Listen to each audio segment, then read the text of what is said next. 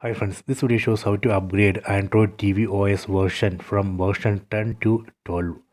Please don't forget to subscribe this channel. Please like and share the video. First go to settings. Select the settings icon from top right corner. Then go to device preferences. Select about.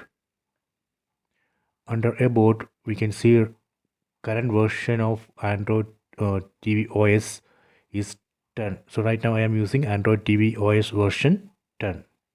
I am going to upgrade this to 12. Go to system update, select this option. Now it's checking for update, please wait. Okay, done. It shows that there is an update, new update available. The version of new update is 12.1.1. Size of the update is 762 MB. On right side you can see one download button. We can select that button, then we can download and install this update into this device. If you are not seeing this update in your TV, that means company is not released this update for your TV model. So you have to wait and you have to keep checking this. Once it is available, then you can download and install into your device. So I hope you have enjoyed this video. Please check it.